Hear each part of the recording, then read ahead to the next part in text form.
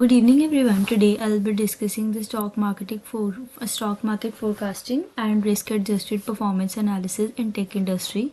This topic addresses two critical challenges in modern finance: accurately predicting stock prices and optimizing investment portfolios to balance return with risk. The tech sector's volatility and rapid innovation make these challenges even more pronounced.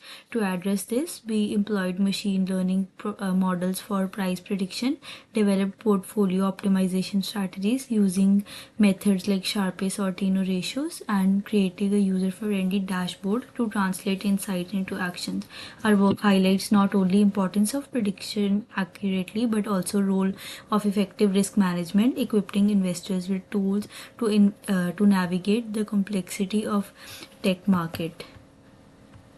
Then let's start with the problem we aim to solve.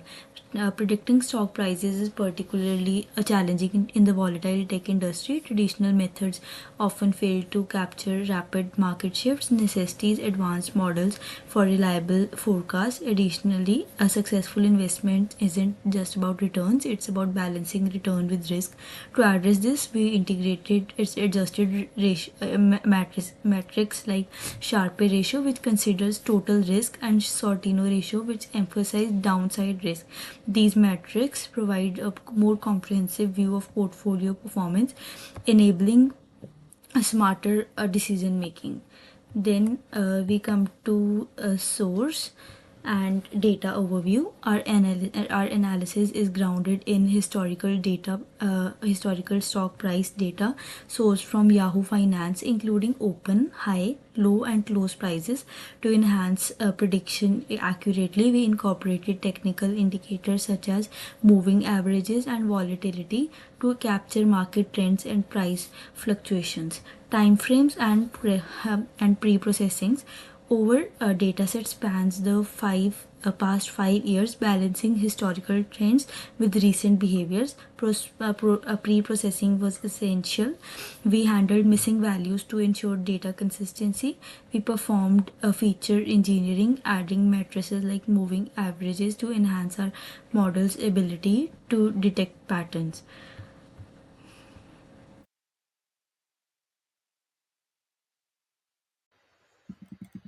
Hi everyone, my name is Safia and I will be talking about the concepts and methodologies that we've used in our project. For the prediction, we've implemented two powerful machine learning models, the LSTM or the long short term memory. It is a type of neural network designed to capture temporal dependencies and particularly effective for time series data because it remembers patterns over time and accounts for sequential trends. The second model that we've used is the random forest model. It is an ensemble based model known for its robustness in predictive analysis and works by building multiple decision trees and combining their output, ensuring reliable predictions while reducing the risk of overfitting. We have also implemented portfolio optimization. To do that, we needed two risk metrics, which is the Sharpe ratio, which measures the risk to reward trade-off by comparing portfolio returns to overall risk. Higher the ratio, higher is the overall return. The next one was the Sortino ratio, which focuses only on the downside risk, which is critical for minimizing losses. It helps investor target returns while avoiding excessive risk on the downside. Using these two, we implemented portfolio optimization by aiming to maximize the Sharpe ratio and ensuring the best possible reward to risk balance. We also aim to minimize the overall portfolio risk by providing a robust adjusted framework for investment.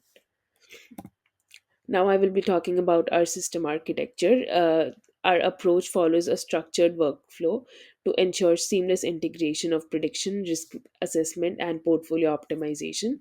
We started by gathering historical stock price data and technical indicators like closing price, opening price, adjusted closing price from Yahoo Finance. This was the basis of our data, which we used to calculate further ratios like the moving averages and the volatility.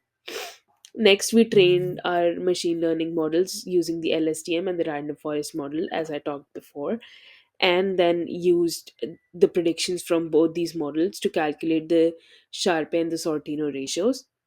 Then we use these two ratios to optimize our portfolio.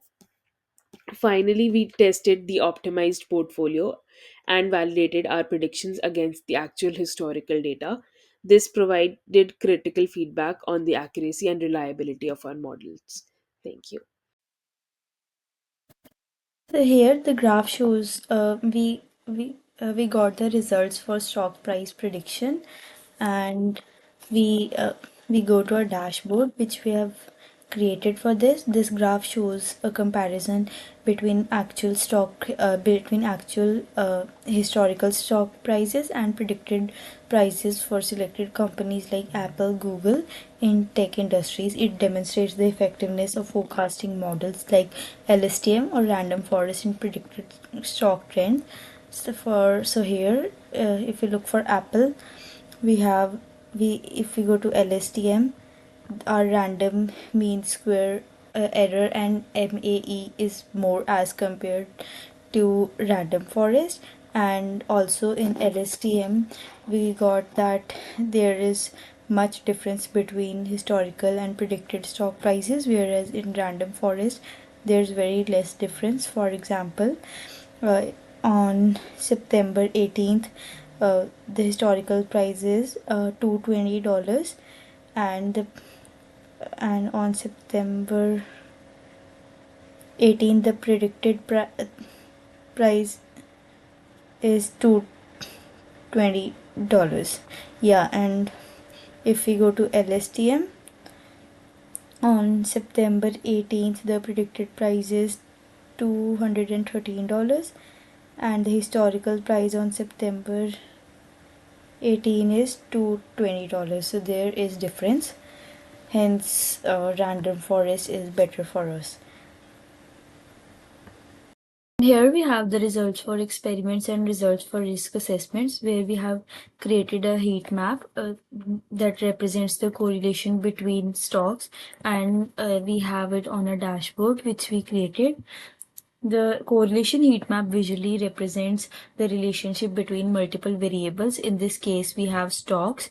The correlation heat map here shows the strength of the color gradient shows the strength of correlation. The dark colors closer to 1, like here, they show the positive correlations. It means that stocks move together, and light colors closer to -1 show a strong negative correlation. Stock moves in opposite direction, and the neutral colors are closer to 0. It has no significant correlation. Purpose of this graph is to identify how stocks are related, which is crucial for risk management.